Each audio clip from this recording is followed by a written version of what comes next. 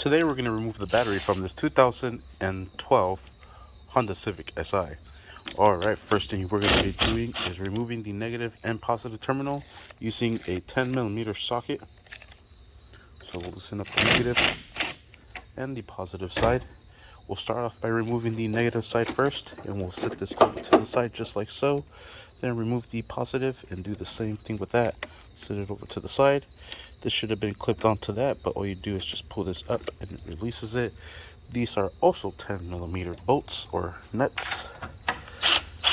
And we'll simply loosen this up just like so. Just enough to get the little hanger out of there, like that. Pull this up and around, and now the battery is loose.